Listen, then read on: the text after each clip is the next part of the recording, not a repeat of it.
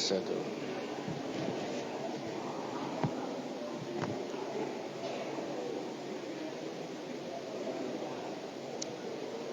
Assalamualaikum warahmatullahi wabarakatuh. Bismillahirrahmanirrahim. Innal hamdalillah nahmaduhu wa nasta'inuhu wa nastaghfiruh wa na'udzu billahi min syururi anfusina wa min sayyiati a'malina. May yahdihillahu fala mudilla lahu wa may yudlil falan tajida lahu waliyyan mursyida. Asyhadu an la ilaha illallah wahdahu la syarika lahu wa asyhadu anna Muhammadan abduhu wa rasuluhu la nabiyya ba'dah. Allahumma shalli ala Muhammad wa ala ali Muhammad kama shallaita ala Ibrahim wa ala ali Ibrahim wa barik ala Muhammad wa ala ali Muhammad kama barakta ala Ibrahim wa ala ali Ibrahim fil alamin innaka Hamidum Majid. Amma ba'du. Ma'asyiral muslimin rahimani wa rahimakumullah, usikum wa nafsi bi taqwallahi faqad faza man ittaqa. Ibu-ibu, bapak-bapak, adik-adik para jamaah rahimakumullah. Di dalam hidup ini sebesar-besar yang diperintah oleh Allah adalah supaya orang mentauhidkan Allah. Wa a'dhamu ma amara Allahu wa at-tauhid. Jadi sebesar-besar yang diperintah Allah itu supaya manusia mentauhidkan Allah. Sebaliknya, sebesar-besar yang dilarang oleh Allah itu adalah syirik. Ya.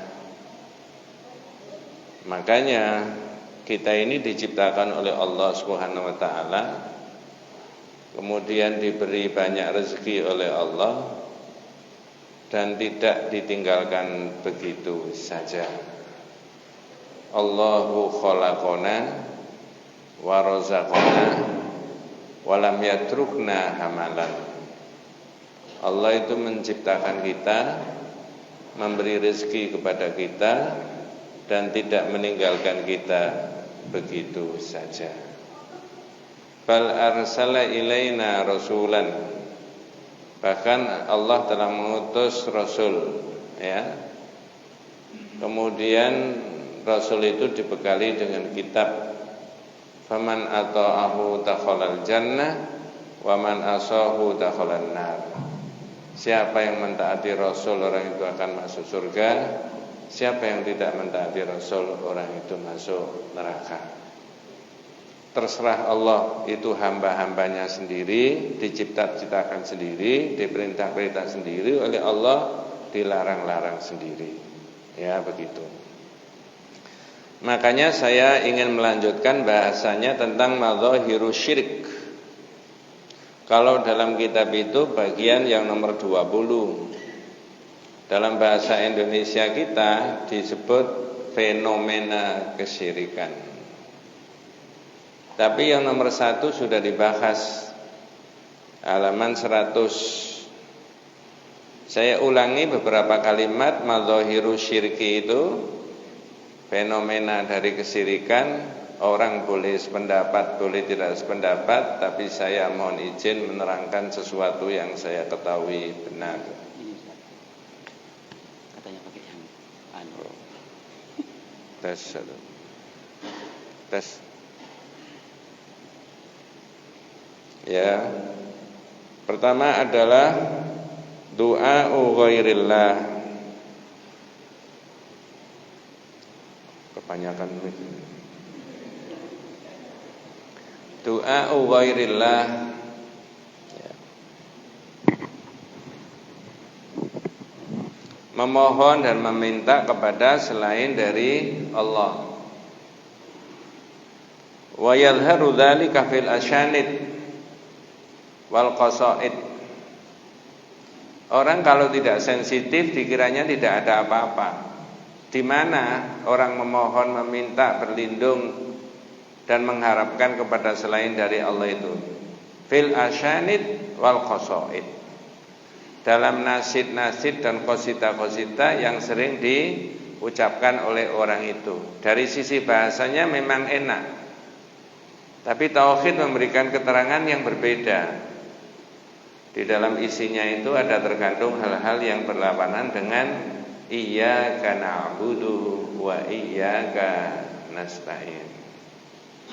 Departemen Agama menerjemahkan hanya kepadamu ya Allah kami menyembah dan hanya kepadamu kami memohon pertolongan. Sekarang saya tanya, kalau hanya kepada Allah ada yang lain enggak?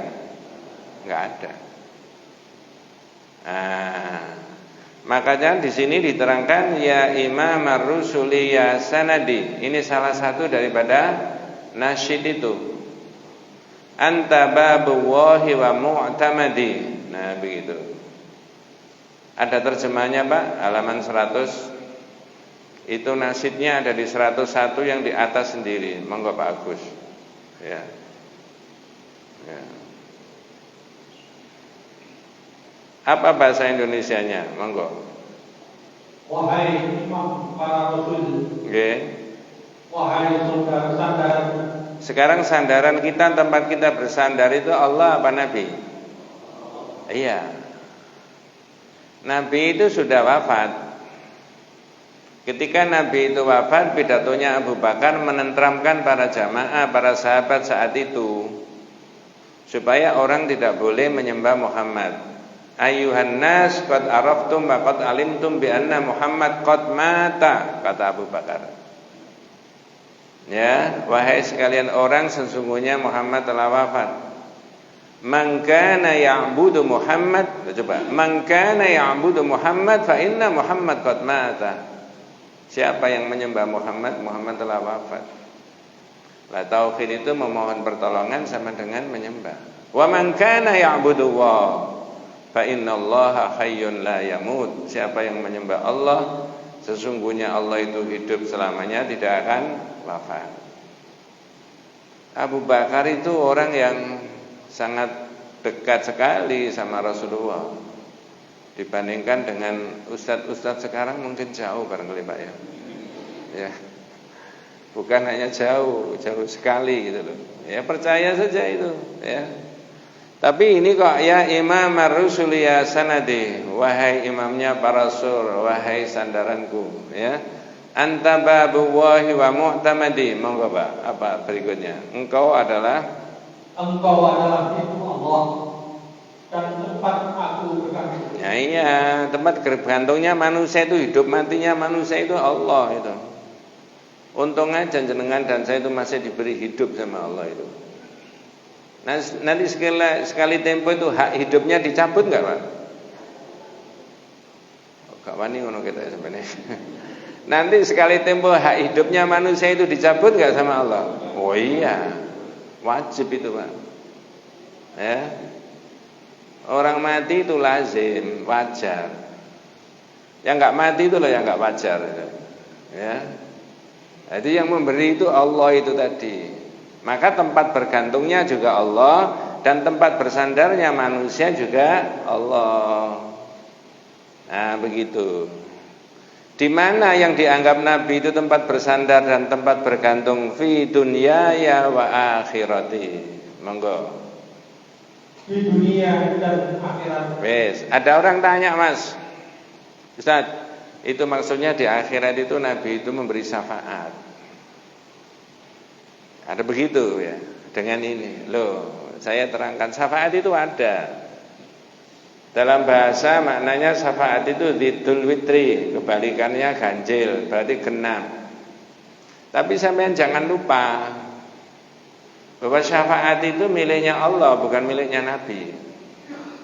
Qul lillahi syafa'atu jami'a. Semuanya syafaat itu miliknya siapa? Allah, bukan miliknya Nabi. Loh, tapi Nabi kok bisa? Nah, itu atas izin Allah. Nah, kalau sampai perilakunya di dunia itu tidak sesuai dengan diajarkan, ya enggak diizini, nanti tak tunjukkan itu ya. Bukan miliknya Nabi. Jadi bukan seenaknya itu enggak. Kalau syafaat itu miliknya Allah, maka ada syarat syafi' dan masfu'. Syafi' itu calon yang memberi, masfu' itu yang menerima. Nah, kira-kira jenengan saya ini calon yang memberi apa menerima? Delok perejengane iku apa kira-kira ya? Yang apa? Menerima. Makanya Nabi itu matur sama Allah besok pada hari kiamat. Begitu sudah dekat sama Allah didhawuhi, ya Muhammad, irfa' ra'saka, angkat kepalamu. Nah, begitu. Wa qul yusma, kamu ngomong, omonganmu didengar. Itu Pak. Wasal tu'ta, minta kamu akan diberi.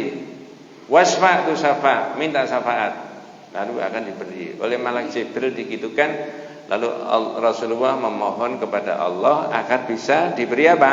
Izin untuk memberi syafaat. Ada macam-macamnya. Di kitab yang lama itu sudah dibahas bab 17. Orang yang diberi nama Muhammad luar biasa, Pak, ya. Satu-satunya orang di dunia ini yang bisa besok itu atas izin Allah memberikan apa? Syafaat. Walaupun diberi minuman gratis yang enggak mau. Ya, minuman apa itu? Ya wis, mendem kabeh. Nabi kita itu mulianya kayak begitu dihina-hina, Pak, ya. Masya Allah, mudah-mudahan diberi hidayah sama Allah Subhanahu wa taala yang menghina. Dia menghina itu karena belum tahu isinya Islam itu apa, gitu loh. Ya. Untung yang jadi nabi itu Muhammad sallallahu alaihi wasallam itu, ya. Kalau Muhammad biasa bukan nabi gitu diberi kesempatan untuk mengadab mereka itu, kira-kira diadab enggak? Muhammad, itu andai kata kamu itu mohon sama Allah gunung Uhud itu diangkat lalu ditimpakan mereka itu, ya bisa itu. Nah, itu Muhammad Rasulullah enggak. Itu loh. Mereka memusuhi saya itu karena belum tahu apa yang saya bawa. Itu mulia Pak nabinya jenengan itu, ya. Kemudian ya Rasulullah khudh biyadi, monggo. Wahai Rasulullah, bimbinglah diri. Iya, jadi bimbinglah. Ketika Rasulullah sudah wafat ya enggak bisa. Ma yubdiluni usri usra illa ka ya tajal hadrati. Monggo Pak terusnya tadi. Ya. Ada yang menggantikanku dari kesulitan kepada kemudahan. Sekarang saya tanya, yang merubah kesulitan menjadi kemudahan itu Nabi Muhammad apa Allah? Kalau melalui nasid-nasid ini, qasidah-qasidah ini itu siapa itu sebenarnya? Yang merubah itu? Ya Nabi. Yang paling spektakuler itu kalau ini mungkin nasid tidak populer, Pak, ya. Yang sering kita dengarkan itu kan, ya mohon maaf kalau ada yang berbeda pendapat, saya memberitahu yang ikut ngaji ini, ya. Dan saya tidak bermaksud untuk menohok atau menyalah-nyalakan. Kalau mau ngaji ikut ngaji ya enggak apa-apa, ya. Jangan pernah mendengar begini potongannya. Alaika ya salam ya makhidunu wassalamu alaik. Halo? Apa saya coba? Itu panjang, tapi saya ambil yang sini tadi. Yang ini, alaika ya salam khairul anbiya, salamu alaika ya salam ya makhidunu wassalamu alaik. Enak Pak lagunya. Semoga salawat dan salam dilimpahkan Allah kepada engkau, wahai orang yang menghapus dosa. Ayo, yang menghapus dosa siapa? Iya, maka bukalah tauhid. Tauhid ini tidak mengolok-olok siapa saja, tapi memberi penjelasan kepada yang mau menerima. Tugas kita itu. Maka dalam kitab ini juga ditulis pendapatnya ulama, fasyahadatu bima'naha wajibun wa muqaddamun ala sairi arkanil Islam. Syahadat dengan maknanya itu hukumnya wajib dan harus didahulukan di atas seluruh rukun Islam. Sebelum sholat, sebelum zakat, sebelum haji, sebelum puasa, mestinya dimantapkan dulu apanya? Syahadatnya. Dan makna-maknanya maksudnya, ya. Kemudian keterangannya, walau sami'a Rasulullah SAW misla hadza latabarra'a minhu. Andai kata penulis kitab tauhid ini, Rasulullah itu mendengar ucapan seperti begitu, la tabarra'a minhu. Rasulullah berlepas diri. Enggak, saya tidak bisa sebagai tempat bersandar. Bukan saya tempat bergantungmu. Bukan saya yang bisa mengurai kerepotan menjadi kemudahan. Saya saja hidup itu banyak kerepotan kok. Saya juga memohon ke siapa? Allah. Itu loh ditulis, walau sami'a Rasulullah SAW mithla hadza la tabarra'a minhu. Idzan la yubdil usri yusra illallah. Tidak ada yang bisa merubah kerepotan menjadi kemudahan itu kecuali siapa? Allah. Nah. Kemudian nomor 2, ini mohon maaf. Apa madzahiru syirki tadi Pak ya? Fenomena kesyirikan. Saya tanya dulu. Ada orang meninggal itu kan mulai zaman Nabi Adam Pak ya. Kalau zaman Nabi orang meninggal wafat itu dimakamkan di mana? Di rumah, di masjid, di kerdu, atau di kuburan? Loh, nabinya enggak, orang pada umumnya menurut sunnahnya Nabi di mana? Kuburan toh. Sampeyan kok ketok abot ngono dijak ngomongane, Pak. Ya. Iya, Pak. Enggak usah khawatir orang Islam itu, ya. Bukan saya yang menjamin, saya membacakan saja hadisnya. Jika orang itu mati tidak membawa dosa syirik, itu ada jaminan orang itu masuk apa? Surga. Insya Allah apa pasti? Sampai gak pede. Insya Allah apa pasti? Pasti. Loh iya Pak. Ini harus dimantepi dulu itu ya. Nabi sendiri itu menyatakan syafaat pun itu disyaratkan orang mati tidak membawa dosa syirik. Akan diberi dapat itu jatah syafaat itu. Nabi mengatakan likulli nabiyyin da'watun mustajabah. Tiap-tiap nabi itu diberi oleh Allah doa yang sangat istimewa. Fataja'alu kullu nabiyyin da'watahu. Dan semua nabi itu sudah menggunakan doa yang istimewa. Nabi ini cuma enggak dijelaskan. Wa inni dan saya Muhammad ikhtabatu da'wati li ummati syafa'atan yaumil qiyamah. Doa yang sangat istimewa itu masih saya simpan, belum saya pakai. Wa hiya na'ilatun insyaallah, dan itu akan memperoleh syafaatku tadi ya. Insyaallah doa itu akan dimintakan oleh Allah, oleh Nabi kepada Allah bagi umatnya yang mati tetapi tidak membawa dosa syirik. Wa hiya na'ilatun insyaallah man mata la yusyriku billahi syai'an. Siapa yang mati tidak membawa dosa syirik. Nah, itu tadi yang Nabi matur sama Allah di awal tadi kan saya aturkan begitu. Nah, jadi yang kedua madzahiru syirki dafnul auliya wassalihin fil masajid. Fatara fi aktsali biladil muslimina al-qubur fi ba'dil masajid wa qad buniyat 'alaiha al-qubbab. Monggo Pak, apa terjemahnya? Nomor 2. Mengubur para wali dan orang-orang soleh di dalam masjid. Ya, tidak tempatnya dimakamkan di masjid itu. Jenengan kalau membaca Hujratun Nabi sallallahu alaihi wasallam tarikhuha wa ahkamuha. Kamarnya Nabi, sejarahnya dan hukumnya. Jadi kitab itu menerangkan tanah itu berapa, miliknya siapa, dibeli Nabi dari mana, dan seterusnya ya. Sebagian dipakai masjid, sebagian pakai rumah. Dan di rumah itu ada kamar yang selalu dipakai Rasulullah, sholat di situ. Kalau sholat malam itu qiyamul lail di situ ya, berzikir, berdoa. Tapi ketika Rasulullah wafat dimakamkan di kamar itu ya, maka hukumnya berubah. Kalau kemarin-kemarin Rasulullah masih sugeng, masih sehat, boleh dipakai sholat. Sekarang boleh apa enggak? Enggak boleh. Kalau ketika Rasulullah masih hidup dipakai ngaji boleh. Sekarang Rasulullah sudah wafat dimakamkan di situ dalam kamar, boleh kamar itu dipakai ngaji? Halo? Enggak boleh, jangan keliru. Kan banyak orang raudhah Ustaz, lain. Raudhah itu batas antara dinding rumahnya Rasulullah sama mimbar 25 meter. Yang sekarang masuk dalam apa? Areal masjid. Sehingga Nabi dawuh ma baina baiti wa mimbari raudhatun min riyadil jannah. Antara rumah saya ini Mas sama mimbar sana itu taman surga. Nah, lalu orang berebut kemana? Raudhah. Mudah-mudahan yang sudah haji dan umrah diterima sama Allah SWT, yang belum dimudahkan sama Allah SWT.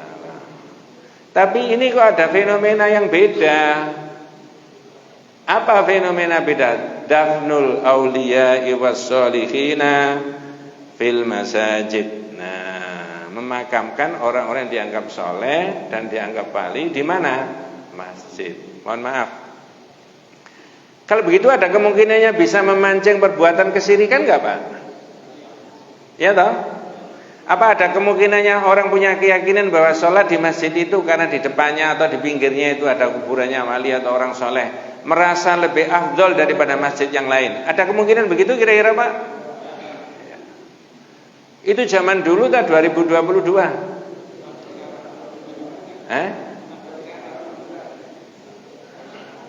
Loh iya ini Pak, orang wafat itu di situ loh, di kuburan tempatnya, bukan di masjid. Maka bisa memancing itu. Makanya kitab yang lama itu ada judul yang berurutan. Apa? Inna sababa kufri bani Adam wa tarkihim lidinihim wal ghuluwu fis sholihin. Sebab kekafirannya anak Adam dan mereka meninggalkan agama sebab berlebih-lebihan sikapnya kepada orang yang dianggap apa? Soleh. Ya, berlebih-lebihan. Termasuk ketika orang itu sudah wafat kemudian dibesar-besarkan kuburannya. Lalu meyakini tempat itu adalah tempat yang afdal untuk berdoa, untuk ngaji, untuk ini dan seterusnya. Lama-lama berkembang, ada bab berikutnya. At-taghlid fi man abadallah inda qabri rajulin soleh. Orang yang berserius-serius, bersungguh-sungguh berdoanya kepada Allah, berserius-serius itu dilakukan karena doa itu dilakukan di dekat kuburannya orang yang dianggap apa? Soleh. Ada fenomena begitu? Nah, maka kitab ini tidak salah. Sekarang saya tanya, Ramadan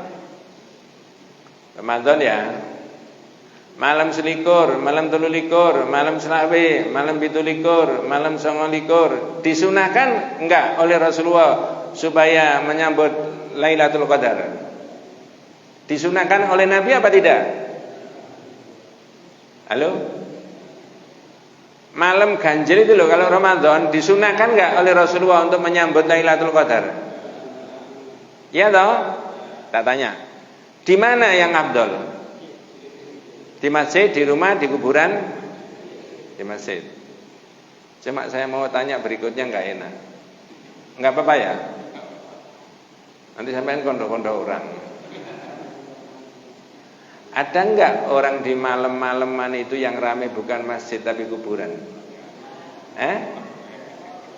Loh saya mendengar sendiri Pak. Malam selawe ketika saya waktu tarawih itu entah kemana itu ya, ada berita di radio macet total disampaikan oleh para pendengar radio itu di daerah itu. Di mana? Makamnya Sunan Giri. Betul Pak? Bahkan saya punya koran clipping itu ada tulisan memburu Lailatul Qadar di dekat makam Sunan Giri. Bukan hoak itu Pak. Ya. Gitu kalau nggak diterangkan gimana? Tahu nggak umat itu dan masyarakat? Yang dipakai dalil bukan Quran dan hadis. Bahkan orang Islam itu melaksanakan agama itu bil adillah. Ma'rifatullah, mengerti Allah, ma'rifatu nabiyhi, mengerti nabinya, ma'rifatu dinil Islam, mengerti agama Islam, semuanya ma'rifat, mengetahui itu tadi. Artinya kemudian mengamalkan bil adillah, pakai dalil. Nah kalau orang gini, orang mati saja bisa mendatangkan sekian banyaknya orang itu dalil apa bukan? Bukan. Nah, jadi nomor 2 madzahiru syirki tadi adalah apa? Dafnul auliya was sholihin fil masajid. Fatara fi aktsari biladil muslimin al-qubur fi ba'dil masajid wa qad buniyat 'alaiha al-qubbab. Monggo Pak ya. Terusnya. Banyak kita saksikan di negeri Islam. Nggih. Kuburan berada di dalam masjid. Terkadang di atas kuburan itu dibangun kubah. Lalu orang-orang datang meminta Ya, bentar. Nggih. Saya cerita boleh Pak ya? Saya pernah ziarah kubur sama sahabat saya, teman-teman itu, dan keluarga. Ada kuburan yang dibangun oleh keluarganya, dikasih cungkup itu loh Pak ya. Itu habis 25 juta, tapi itu fenomena kira-kira 15 tahun yang lalu. Uang 15 juta itu. 25 juta, sorry.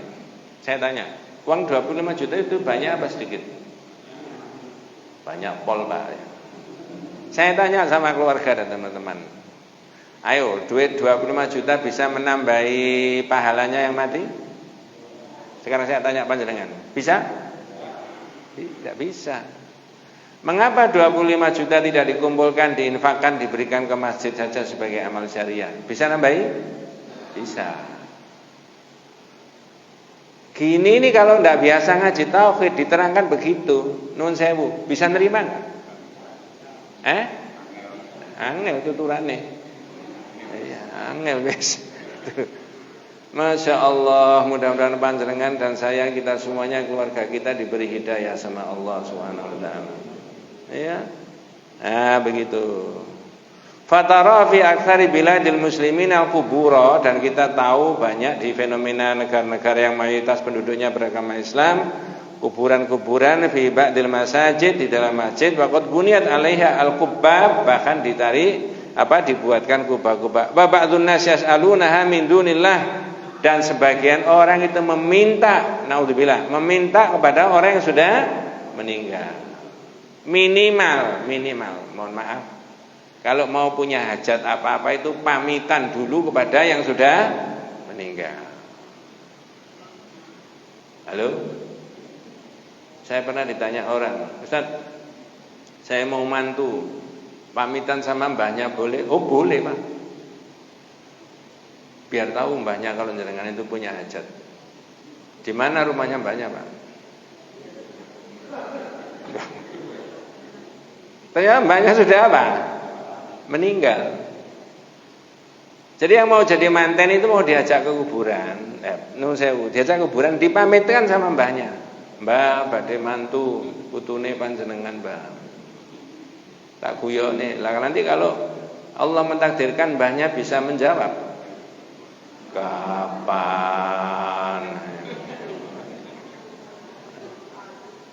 Ya.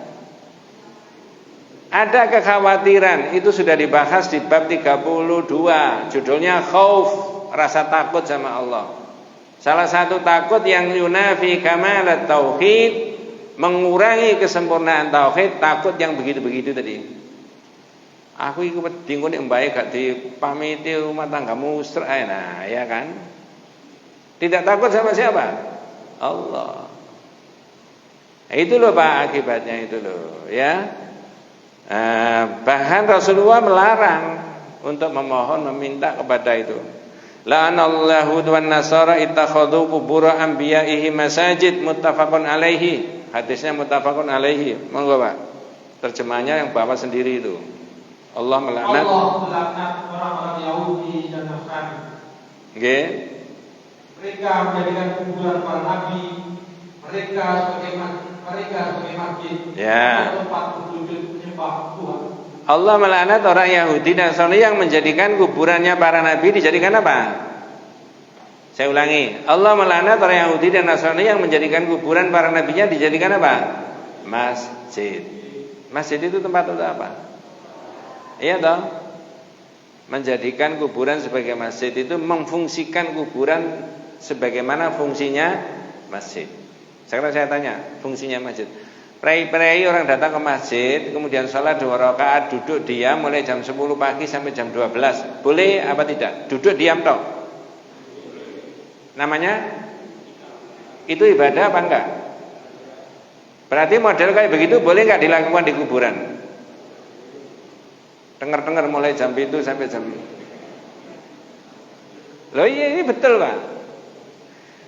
Jangan salah paham, pikiran-pikiran tauhid begini ini bukan berarti melarang orang menziarahi kubur. Banyak orang salah paham karena itu. Boleh enggak ziarah kubur? Bukan hanya boleh, tapi apa? Sunnah. Terus apa yang dilakukan? Ya itu nih, menyampaikan salam lalu mendoakan, selesai. Coba tak umek itu dulu jenengan. Tak tanya satu poin lagi. Semuanya harus bisa jawab. Ya. Kalau ada yang tidak bisa menjawab, wabillahi taufik wal hidayah. Satu poin. Apakah berdoa di dekat makamnya Rasulullah itu tempat yang mustajabah? Tinggal milih, iya apa tidak? Iya apa tidak? Sing jawab main separuh. Ya. Lo kadang-kadang orang tanya, "Iya Ustaz, la raudhah." Loh. Gagal paham. Raudhah itu batas dindingnya rumahnya Rasulullah sampai mimbar. Yang saya tanyakan di dalamnya itu loh. Di kamarnya Nabi itu loh. Jawabannya apa? Tidak. Mengapa? Tidak ada dalil yang menyebutkan. Andai kata ketika Rasulullah masih sugeng, masih sehat, lalu Rasulullah itu dawuh kepada para sahabat, "Hai para sahabat, doa di kamar saya itu luar biasa, cospleng." Ya. Kira-kira antri enggak Pak sahabat? Apa Nabi melarang? Oh enggak boleh, itu khusus saya. Enggak ada keterangan. Agama itu bukan ada yang khusus Nabi, semuanya. Nabi sebagai contoh toh. Jadi mikirnya di situ. Kadang orang keliru. Mustajabah Ustaz. Wong itu dekat makamnya Nabi itu. Ada dalilnya enggak? Andai kata Rasulullah pada waktu masih hidup lalu bilang berdoa di makam saya itu di kamar saya, di kamar saya itu adalah tempat yang mustajabah. Antri enggak sahabat kira-kira Pak? Antri. Nah, yang ada raudhah itu tadi. Bukan di situ. Lah kalau makamnya Rasulullah saja tidak. Kalimat berikutnya, apalagi yang bukan Nabi. Ini tidak ngilang-ngilang orang, menjelaskan menurut pikiran tauhid ini. Kalau sampean mau lebih afdal, cari di raudhah. Kalau tidak di raudhah ya di masjid. Kalau harinya ya Jumat. Jam berapa? Ba'dal asri, setelah asar. Ya kan itu mestinya yang dihidupkan lagi. Lailatul Qadar ya ke masjid, bukan ke. Nah itu tadi. Boleh tapi jangan banter-banter. Fa idza kana dafnul anbiya fil masajid laisa masyru'an. Ya, saya potong dulu. Ada yang kelupaan tadi. Kadang orang tanya, Pak. Lah itu Ustaz, kuburannya Nabi kan di masjid. Kalau itu masih mending. Kadang pertanyaannya begini, "Loh Nabi sendiri itu dimakamkan di masjid." Salah, Mas. Ayo, Nabi dimakamkan di mana, Pak? Di rumah, bukan di masjid. Lebih dahulu mana kuburannya Nabi sama masjidnya Nabi? Halo? Dengarkan Pak, pelan-pelan saya ulangi.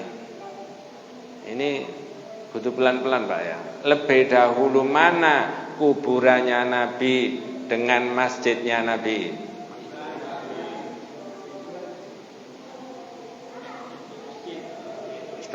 Tambang ngeluh aku nih. Lebih dahulu masjid. Ketika Rasulullah wafat tidak dimakamkan di masjid, tapi di mana? Di rumah. Disitulah kemudian ada keterangan Nabi itu tidak dimakamkan di masjid, tapi di rumah. Jauh 25 meter waktu itu. Berikutnya, idkhalu buyutin Nabi, baitu Aisyah, ya.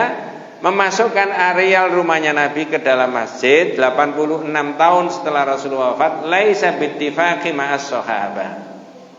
Tidak atas kesepakatan para sahabat. Sahabatnya kemana? Sudah banyak yang wafat karena sudah 86 tahun setelah Rasulullah meninggal. Jadi masih timbul tanda tanya. Makanya sekarang kuburannya Rasulullah itu selalu dijaga.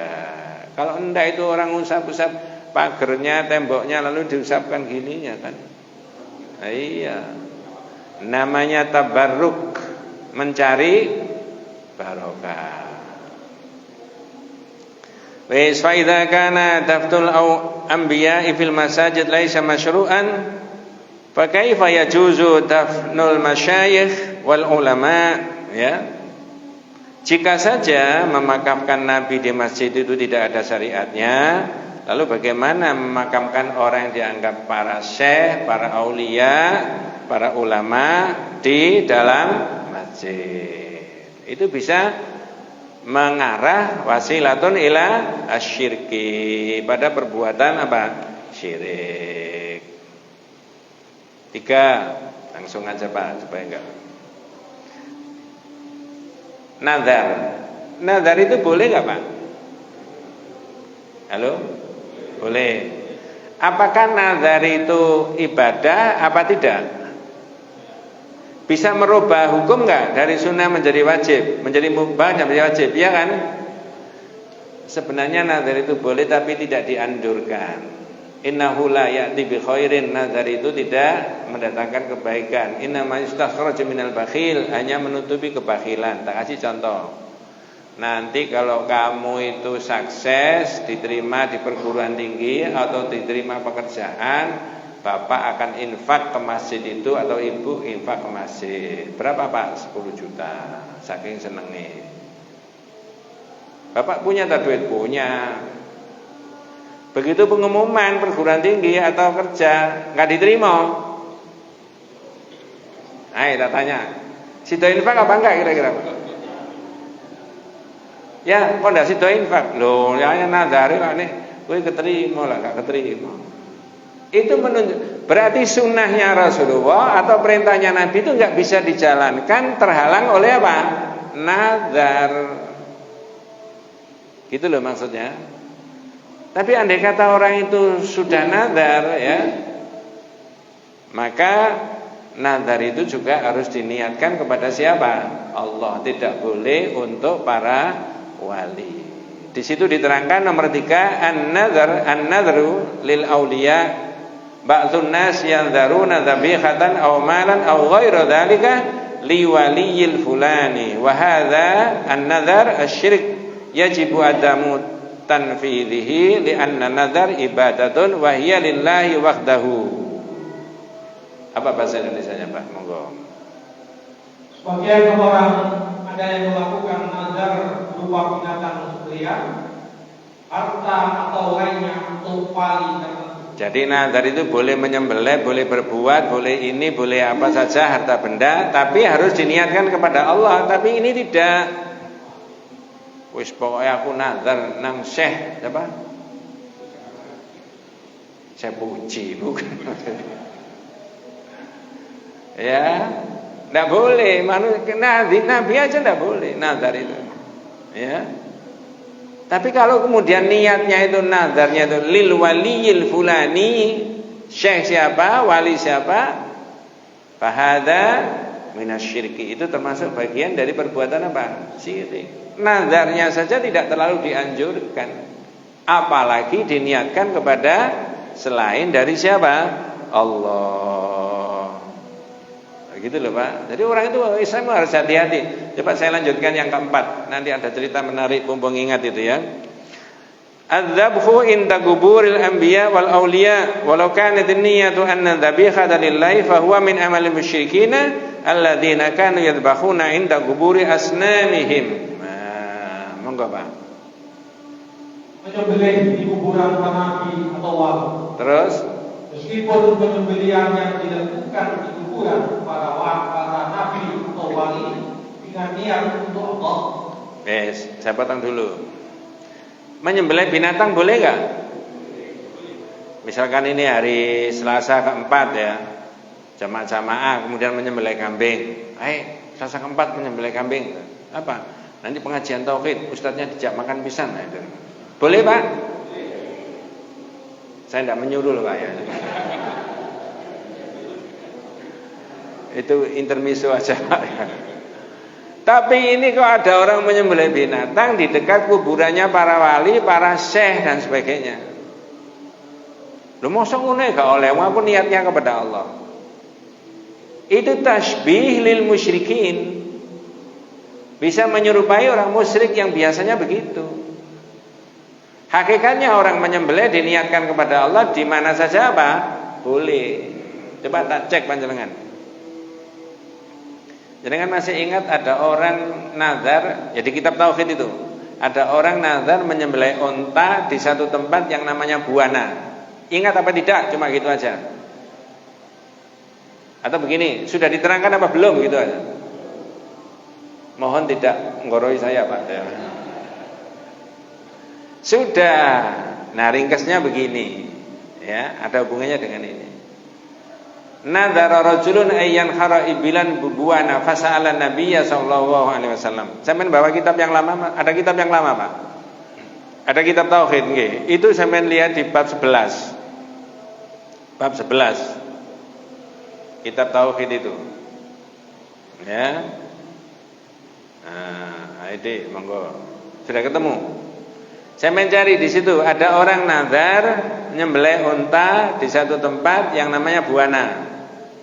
Ya, lalu tanya sama Nabi. Nah, bisa baca? Bisa. Pakai mic bacanya. Pinjam punya bagus ya. Yes, mudah-mudahan dijadikan ulama besar nanti ya. Amin ya. Ayo dibaca di monggo. Ada seseorang yang bernazar akan menyembelih seekor unta di buana. Ya, bagus, bacaannya bagus, wes. Ya, nanti kali diteruskan ya. Enggak. Artinya di rumah belajar gitu ya. Nah, itu. Allahumma faqihu fiddin wa 'allimhu fit ta'wil. Mudah-mudahan Anda diberi orang yang bisa memahami agama dan mengerti ta'wilnya Quran. Bahasa Arabnya apa? Nadzara rajulun ayyan khara ibilan bi buana. Ada orang nazar menyembelih unta di buana, kharijal Madinah, di luar Madinah. Sekarang saya tanya, unta itu halal apa haram? Kalau minyak babi cap unta? Minyak babi cap unta? Haram. Adik terus sih monggo. Lalu orang itu bertanya kepada Nabi. Nah, fasa'alan Nabiyya sallallahu alaihi wasallam. Untanya sendiri mau disembelih sendiri, tapi menyembelihnya kharijal Madinah, di luar Madinah. Tanya sama Nabi, ngapain kau tanya Nabi? Tidak lazim, rumahnya sini kau nyembelihnya di sana. Loh. Saking khawatirnya. Jadi orang zaman sahabat itu kalau enggak lazim itu tanya sama Nabi. Jangan-jangan saya salah. Orang sekarang kan enggak ngawur aja. Ya. Sebelum Nabi memberi jawaban, Nabi tanya sama orang itu. Apa dek? Monggo. Nabi pun bertanya, apakah di tempat itu pernah ada salah satu dari berhala-berhala jahiliyah? Masya Allah, bacanya bagus ya. Nabi tanya, hal fiha wathanun min awthanil jahiliyah yu'bad? Pak, sampean menyembelih unta kok di sana? Apa di sana itu ada patung-patungnya jahiliyah zaman dulu? Jawabannya para sahabat, monggo. Para sahabat menjawab, tidak. La, ya Nabi enggak ada patung-patungnya. Nabi tanya lagi, apa pertanyaan yang kedua? Beliau bertanya lagi, dan apakah di tempat itu pernah dilaksanakan salah satu perayaan hari raya mereka? Hal kana fiha wathrun aidun min a'yadil jahiliyah? Pak, apakah di sana itu ada upacara-upacara jahiliyah? Hal kana fiha 'aidun min a'yadil jahiliyah? Jawabannya para sahabat, mereka menjawab tidak. La, tidak ada Nabi, bersih. Patungnya juga enggak ada, upacara-upacara jahiliyah juga tidak ada. Tapi orang ini ngotot menyembelih di sana. Apa jawabannya, keterangannya Nabi? Maka Rasulullah sallallahu alaihi wasallam bersabda, faqala Nabi sallallahu alaihi wasallam, penuhilah nadarmu. Terus? Karena sesungguhnya tidak ada pemenuhan suatu nadar dalam bermaksiat kepada Allah dan pada perkara yang di luar hak dari seseorang. Aufi binadrika fa innahu la wafa'a li nadrin fi ma'siyatillahi wala fi ma la yamliku ibnu Adam. Nabi memberi keterangan, aufi binadrika. Pak, kalau begitu tunaikan nadar sampean. Fa innahu la wafa'a li nadrin fi ma'siyatillah. Tidak boleh orang menunaikan nazar maksiat kepada Allah. Wis kadung nazar tapi maksiat. Maksiat itu banyak-banyak Pak, banyak macamnya. Atau nazar yang secara zahir anak Adam itu tidak mampu melaksanakan. Nah sekarang saya tanya, dari ceritanya tadi, hadis tadi, apakah Rasulullah membolehkan orang itu menyembelih unta di daerah Buana sana? Boleh apa tidak? Halo? Boleh, betul. 2. Apakah bolehnya itu boleh mutlak atau boleh bersyarat? Jawabannya bersyarat. Maka di dalam syarahnya kitab tauhid itu juga ada keterangan. Apa keterangannya? Farubbama adkhala syaitan fi qalbika niyatan sayyi'atan. Ya, barangkali ya setan itu memasukkan di dalam hatimu niat yang tidak baik.